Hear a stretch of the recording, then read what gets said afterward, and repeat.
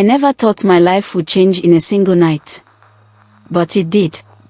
It started with the sound of a heavy body crashing against the tiled floor of the restaurant. At first, everyone thought it was just a drunk man sleeping. But the moment I turned around, the tray in my hand almost fell. It was him. Mr. Kofi Mensah. The man every businessman in Accra respected. The man who was richer than anyone I had ever seen in my life. The man who owned almost half of the hotels in the city. The one people whispered about when he entered the room. And there he was, lying on the floor, eyes rolling back, chest heaving like he couldn't breathe. The whole restaurant froze. No one moved. His business partners stood up, their mouths open, but not one of them bent down to help him. The expensive suits, the sparkling jewelry, the polished shoes, they just stood there like statues. I didn't think. I dropped the tray and ran. Please. Someone call an ambulance.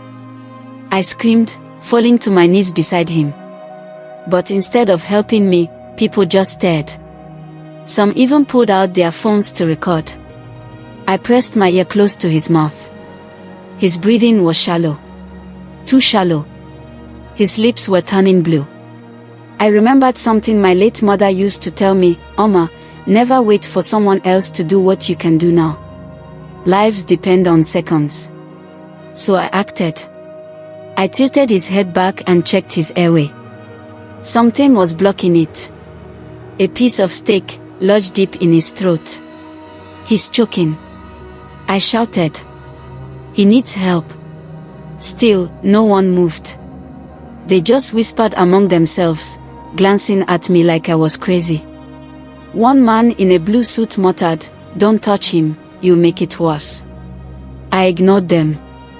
My hands were shaking, but I didn't stop. I forced my fingers into his mouth, trying to hook the meat out. His jaw was heavy. His body twitched. When that didn't work, I pulled him up and wrapped my arms around his stomach from behind. I had never done the Heimlich on someone so heavy before. He was at least twice my size, and sweat dripped down my face as I tried to lift him. My arms trembled. My knees burned against the floor. "Please, breathe," I begged, my voice cracking. The crowd just watched. Some even smirked. After all, who was I? Just Amma, the waitress no one respected. The girl everyone mocked. The one people rejected with disgust when she came near their table. I clenched my teeth and pushed harder, thrusting my fist into his stomach with every ounce of strength in my body. Once. Twice. 3 times. Then suddenly. Gasp. A chunk of steak flew out of his mouth and landed on the polished tiles with a wet slap. His body shook violently, then he coughed, sucking in air like a drowning man breaking the surface of water. The restaurant gasped. A few people clapped. Others sighed in relief. But not one person came to help me hold him steady as I lowered him back down to the floor. His eyes opened, bloodshot and terrified. He looked at me, really looked at me, for the first time. And in that gaze, I saw something strange. Gratitude. Shock. Fear. I didn't know then how much that moment would change both of our lives. But let me go back a little. My name is Omasewa. I was 23 years old when this happened. People always judged me before they knew me. They said I wasn't pretty enough. That my skin was too dark. That my accent was too rough. That I was too local to ever be respected in a city like Accra.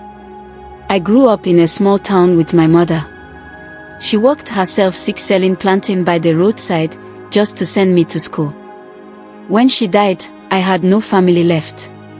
No money. No roof. Nothing. So I came to Accra to look for work. The only job I could get was at Golden Palm Restaurant, a fancy place where rich men came to eat imported steak and drink wine that cost more than I made in a month. From the first day, I was an outsider. The other waitresses laughed at me because I wore second-hand shoes. Customers sneered because I didn't know how to pronounce the names of the French dishes. The manager yelled at me for every mistake, no matter how small. Sometimes, when I tried to smile at customers, they looked away like I didn't exist. Sometimes, they even told me to move back because I made them uncomfortable. But I needed the job, so I stayed. That night, the restaurant was busier than usual. I was balancing 3 trays at once, rushing between tables, when I noticed a group of powerful men walking in. Among them was Mr. Kofi Mensah. I had never seen him up close before. He was taller than I imagined, broad-shouldered, with a sharp jawline and graying hair that made him look even more distinguished. His suit looked like it cost more than my entire year's salary. When he walked past, everyone turned. Even the manager ran to greet him personally. Of course, they didn't want me anywhere near his table. They said I was too clumsy and would embarrass the restaurant. So I was pushed to the side tables, serving lesser customers. But life is strange. Fate has a way of twisting things when you least expect it. Because just an hour later, the same man they thought I wasn't good enough to serve was the one whose life landed in my hands. The aftermath. The ambulance arrived a few minutes after I got the steak out of his throat. Paramedics rushed in, checking his pulse, giving him oxygen, lifting him onto a stretcher. One of them turned to me and said, "If you hadn't acted quickly, he would have died before we arrived. You saved his life." But even as he said it, I could feel the stares burning into me. The manager looked angry. Not relieved, angry. My coworkers whispered, shaking their heads. To them, it was unfair that I, Omar, the one everyone rejected, was now at the center of attention. As they wheeled Mr. Mensah out, he kept staring at me. His lips moved slightly, as if he wanted to say something. But he was too weak. And just like that, he was gone. I thought that was the end of it. That by the next day, everyone would forget. But I was wrong. Because that night was just the beginning. What I didn't know was that by saving him, I had stepped into a story much bigger than myself. A story of power, betrayal, and danger. And soon, I would realize someone wanted Mr. Mensah dead. And now that I had interfered, they wanted me gone too. The next morning, I walked into the restaurant expecting life to continue as usual. The same insults, the same rejections, the same routine. But the whisper started before I even put on my apron. "That's her, the waitress who saved him. Please, it was just luck. She probably choked him before." Imagine Omar being the hero. The world is ending. I kept my head down, but every word cut like a blade. The manager called me into his office, his face hard. "You caused trouble yesterday," he said. I blinked. "Sir, I only..." "You embarrassed this restaurant." His voice rose. "Do you know what would have happened if you failed? If that man had died here, we would be ruined." My lips trembled. But I didn't fail. I saved him. He leaned forward, eyes narrowing. "Don't get proud. You are nothing here. One mistake, and you're gone." I nodded, swallowing hard. I wanted to tell him the truth, that the only reason this restaurant still had its most powerful client alive was because of me. But I held my tongue. Because in this place, speaking the truth was dangerous. Around noon, while serving a table of women who mocked my accent as usual, the manager suddenly rushed to me, sweating. "Omar," he whispered. "There are men outside. Important men. They're asking for you." My stomach dropped. Me? Who in this world would come asking for me? When I stepped outside, I almost fainted. 2 black SUVs were parked in front of the restaurant. Men in dark suits and sunglasses stood like statues beside them. And leaning on one of the cars, holding a cane, was Mr. Kofi Mensah himself. Alive. Breathing. Watching me. My legs turned weak. I almost dropped the tray I was holding. One of the men stepped forward. Miss Omasawa. I nodded, my voice caught in my throat. Mr. Mensah would like to see you. The whole restaurant staff had gathered at the windows, peeking like curious children. Their mouths hung open. For once, I was the one being called, not ignored. Inside the SUV, I sat trembling beside Mr. Mensah. His voice was raw from the choking, but steady. You saved my life. I swallowed. I just did what I could. He studied me carefully, his eyes sharp yet strangely gentle. Do you know how many people stood around, watching me die? Rich men. Educated men. My so-called friends. And yet, the only one who moved was you. I lowered my eyes. Anyone would have. No, his tone was firm. Not anyone. You. Silence filled the car. My hands twisted nervously in my lap. Finally, he said, I owe you a debt. Tell me, what do you want? The question was too heavy. Too dangerous. What did I want? I wanted my mother alive again. I wanted a home. I wanted respect. I wanted to stop being invisible. But I knew men like him. The rich didn't give things for free. And I was just a waitress. So I shook my head. I don't want anything, sir. I was just doing what I could. For the first time, his lips curved into a small smile. You are an unusual woman, Oma. After that day, things started happening around me. First, men in suits began showing up at the restaurant more often. They didn't sit to eat. They just sat in corners, watching. Then I noticed something else. Every time I walked home after my shift, I felt eyes on me. Footsteps echoing behind me in the dark streets. One night, I turned quickly and saw a man in a black jacket vanish into an alley. My heart pounded. Who would follow someone like me? A week later, I was summoned again. This time, not to his car, but to his mansion. I had never seen anything like it. A massive white house with tall iron gates, guards at every corner, and glass windows that sparkled under the sun. Inside, chandeliers hung from ceilings higher than any church I'd ever entered. I felt small. Too small. My cheap dress looked like rags compared to the shining marble floors. They led me into a room where Mr. Mensah sat by a fireplace, sipping tea. Oma, he said warmly, you came. I bowed my head. Yes, sir. Stop calling me sir, he chuckled. Call me Kofi.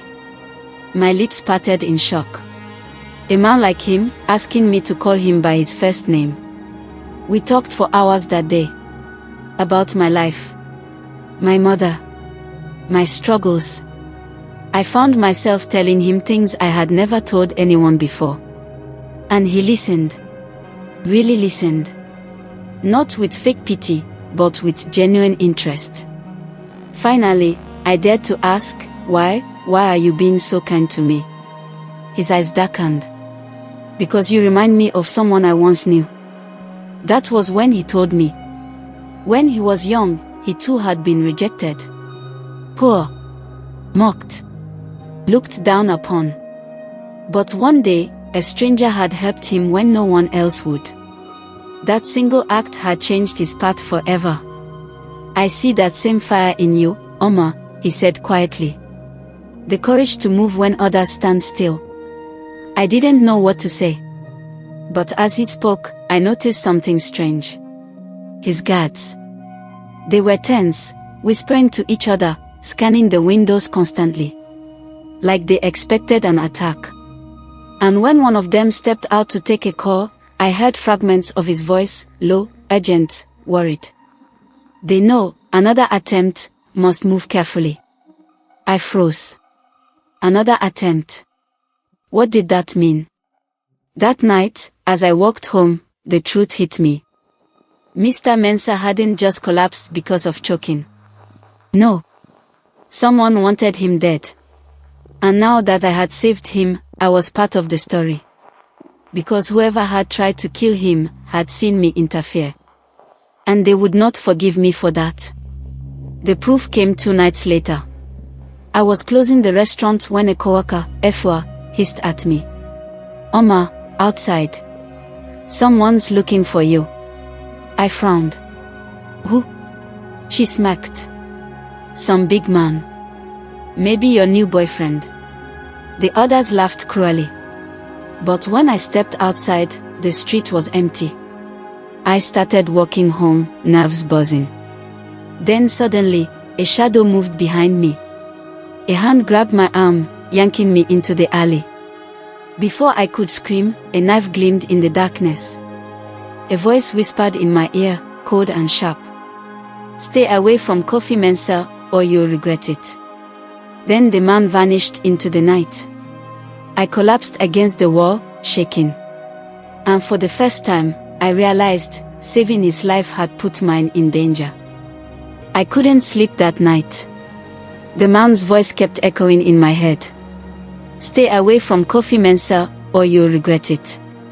Every time I closed my eyes, I saw the knife glinting under the streetlight. I heard the whisper again, cold and sharp against my ear. I wanted to convince myself it was just a random thief, a petty criminal trying to scare me. But deep inside, I knew the truth. It wasn't random. It was connected to him. To Kofi Mensah. And that terrified me more than anything. The next day at the restaurant, I tried to act normal. But my hands shook as I carried trays. My eyes darted to the doors every time a stranger walked in. The others noticed. Effa leaned toward Ejua and whispered loudly, see how Oma is shaking. Maybe her millionaire boyfriend is too rough on her. The girls burst into laughter. I bit my lip until it almost bled. I wanted to scream the truth, that I wasn't anyone's girlfriend, that I was fighting to survive. But what was the use? People had always rejected me. Even back in my village, before my mother died, neighbors whispered that I was cursed. That was because my father had abandoned us when I was a baby. Children refused to play with me. Women pulled their sons away whenever I walked past. I grew up carrying shame I didn't deserve. And here in the city, nothing had changed. The only difference was that now, I had seen something bigger. Something darker. Something that made all the petty insults feel small compared to the danger that lurked in the shadows. That evening, just as I was leaving, I found a black car waiting outside the restaurant. My chest tightened. I froze, ready to run. But the window rolled down, and to my relief, I saw a familiar face. It was him. Mr. Mensah. He gestured. Oma, get in. Inside the car, the air smelled of leather and expensive cologne. His driver kept his eyes on the road while the guards in front sat stiff, hands near their belts like they expected trouble at any second. Kofi's eyes searched my face. You look tired. What's wrong? I hesitated, then whispered, someone followed me yesterday. They had a knife. They told me to stay away from you. His jaw tightened. For a long moment, he said nothing. Then, softly, I was afraid this would happen. My heart pounded. What do you mean? He looked out the window, voice low. Oma, the truth is, someone wants me dead. And you, without knowing it, are now caught in their web. I gasped. Why? Why would anyone want to kill you? His eyes darkened. Because of money. Because of power. Because I refused to give them what they wanted. He leaned closer. You must be careful now. From this day, you cannot walk home alone. My men will escort you. I shook my head. No, I don't want trouble. I just want my life back. But he said only one thing that silenced me completely. You saved me. That makes you part of this story, whether you like it or not. From then on, my life changed. Every evening after work, a black SUV waited for me. 2 guards followed me home, their faces expressionless, their hands never far from their weapons. Neighbors stared. Some whispered that I was dating a big man. Others muttered that I was into something illegal. Even at work, the whispers grew louder. Efua sneered, "So, Oma, when will you invite us to your new mansion?" Ajua laughed, "Careful, she'll poison us with steak just like she poisoned him before she pretended to save him." They didn't believe I was innocent. They thought I had somehow tricked my way into Kofi's world. But the truth was, I didn't even understand why he trusted me. Why he let me into his mansion. Why he spoke to me like an equal when the rest of the world treated me like that. One evening, as we sat in his study, he told me something that sent chills down my spine.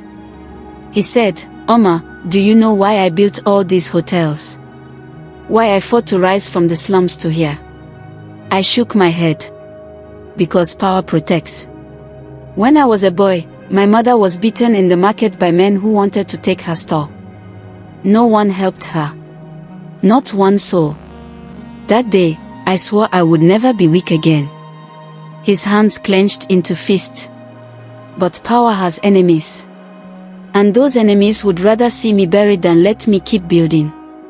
I shivered. And now, they are watching me too. He looked at me, his eyes heavy. "Yes. That is why you must be careful. They know your face now." I swallowed hard.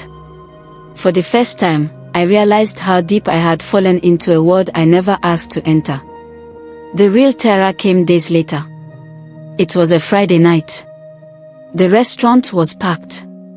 Rich men, politicians, and even foreign visitors filled the tables. I was serving water when I noticed something strange. At Mr. Mensah's table, his wine glass had been switched. I had served him the bottle myself. But now, as I glanced at the glass in his hand, I saw the faintest trace of powder dissolving in the liquid. My stomach twisted. Poison. My hands went numb. The tray almost slipped. I looked around quickly. Who had done it? None of the staff were near. But Efia was smacking in the corner, watching me too closely.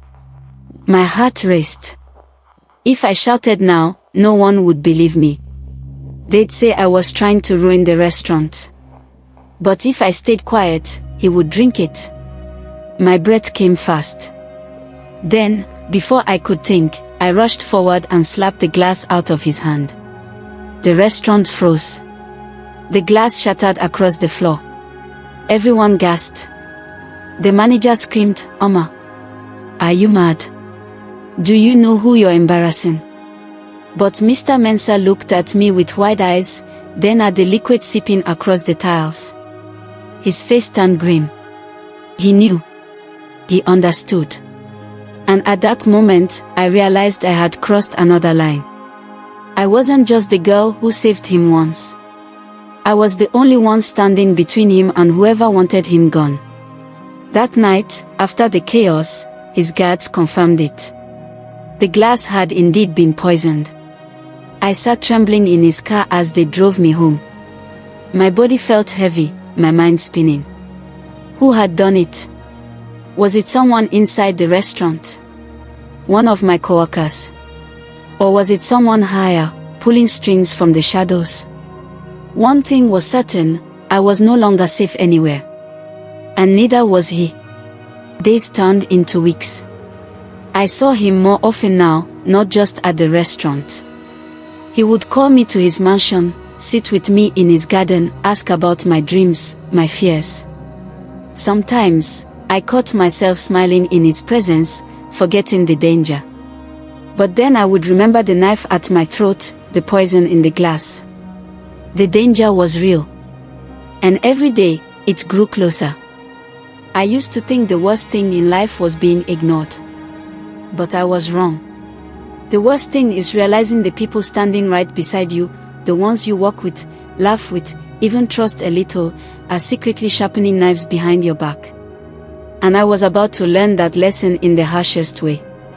After the poison wine incident, things changed inside Golden Palm restaurant. The manager no longer shouted at me openly. He just gave me sharp looks, the kind that said, "You are trouble." The other waitresses kept their distance, whispering whenever I walked past. But the worst was Efua. Her eyes followed me everywhere. Smiling when I stumbled. Smacking when customers insulted me. And every time Mr. Mensah came in, she watched me more closely than anyone else. It was almost as if she knew something I didn't. One evening, after closing, I found a small envelope tucked into my locker. No name. Just a folded piece of paper. With trembling hands, I opened it. Inside were only 3 words. "They are watching." My heart jumped. Who left it? Was it a warning? Or a trap? I looked around, but the room was empty. Only the faint hum of the fridge filled the silence. For the rest of the night, I couldn't breathe properly. My eyes darted to every shadow, every corner. Someone inside the restaurant knew more than they were saying. 2 days later, the restaurant hosted a private event for some foreign investors. The manager ordered all of us to be on our best behavior. "If anyone embarrasses me," he said, glaring straight at me, "they will regret it." That night, the restaurant glittered with lights. The smell of expensive food filled the air. Laughter and clinking glasses echoed through the hall. I was carrying a tray of champagne when I noticed Efra slip into the kitchen with a nervous look. Something about the way she moved made my chest tighten. I followed quietly, pushing the swinging door open just enough to see inside. And there she was, leaning close to a man I didn't recognize. He wasn't staff. He wore dark clothes, his face hidden under a cap. I froze. Efia whispered urgently, "It will be done tonight. Make sure he drinks it." The man nodded, slipping something into her hand. A small vial filled with a clear liquid. My stomach dropped. Poison. Again. My breath came fast. My palms went sweaty. I wanted to storm in and grab it from her hand. But if I did, she would know I had seen everything. And if she knew, my life would be worth nothing. So I stayed hidden, my heart hammering, until she slipped back into the hall. That night, I couldn't focus on anything. Every time Efia carried a tray near Mr. Mensah's table, my body tensed. Finally, when she leaned forward with a glass of wine, I rushed across the room, pretending to trip. The tray in my hand crashed into hers, spilling drinks everywhere. Guests gasped, some shouting angrily. The manager stormed over, face red. "Oma, what is wrong with you?" I'm sorry," I stammered, bowing. But I saw Efia's eyes. Narrow. Furious. She knew. She knew I had ruined her plan. After the guests left, the manager called me in. Efia stood beside him, arms crossed, fake tears in her eyes. "She ruined the whole night," Efia cried. "She even poured drinks on the investors. Sir, she is jealous of me. She's trying to destroy this restaurant." The manager slammed his hand on the table. "Oma, this is the last straw. You are finished here." My throat tightened. "Please, I didn't." But suddenly, the door opened. And there stood Mr. Mensah. His voice was calm, but firm. "She stays." The room went silent. The manager stuttered, "But sir." I said. Mr. Mensah repeated, "She stays." Efia's face twisted with rage, but she forced a smile. "Of course, sir." But I knew. The battle between us had just begun. That night, after my shift, I walked home alone. The guards who usually escorted me hadn't shown up. The streets were quiet, too quiet. Halfway home, I heard footsteps behind me. I turned, and 3 men stepped out of the shadows. Their faces were hidden, but their knives gleamed under the streetlight. My chest tightened. My legs froze. One of them sneered, "We told you to stay away. You didn't listen." I stumbled back, my voice shaking. "Please. I don't know anything. Leave me alone." But they kept coming. Just as one of them raised his knife, headlights flooded the street. A car screeched to a stop, and armed guards jumped out. Shots rang in the air. The men scattered into the night like rats. Strong hands grabbed my shoulders, pulling me into the car. And there he was, Mr. Mensah. His face pale, his voice shaking. "Oma," he said, gripping my hands, "they will not stop until one of us is gone." The next morning, everything came crashing down. The guards had caught one of the attackers. When they unmasked him, I felt my blood run cold. It wasn't a stranger. It wasn't some faceless enemy. It was one of the restaurant staff. A kitchen worker I had known for months. The quiet one who always smiled politely. And when they pressed him for answers, he confessed the truth. He hadn't acted alone. He had been working with someone inside.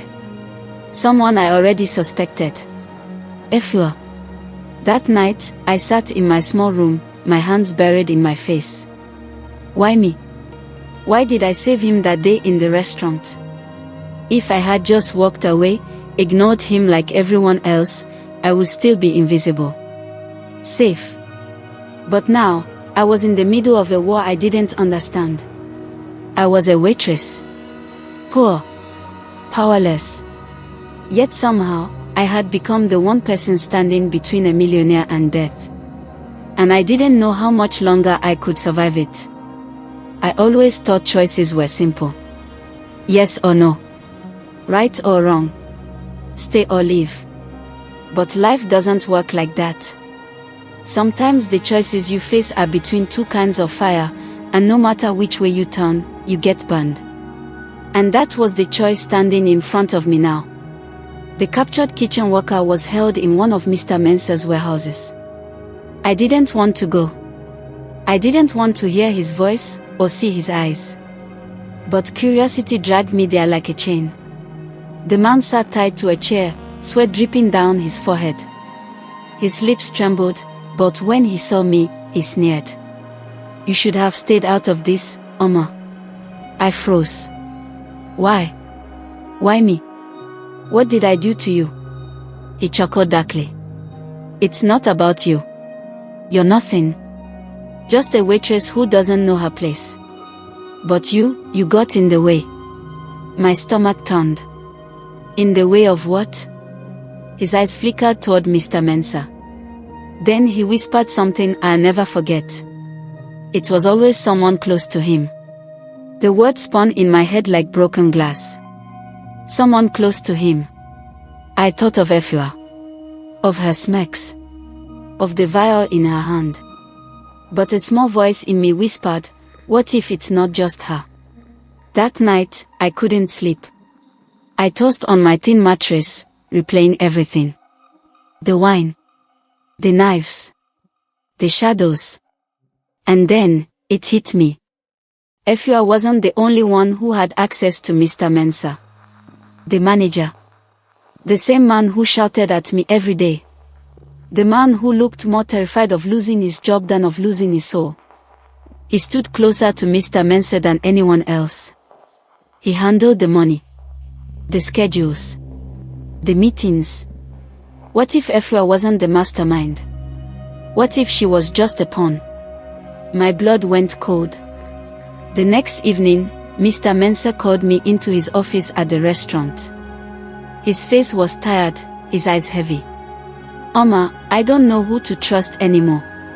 Even in my own company, people are turning against me. I swallowed hard.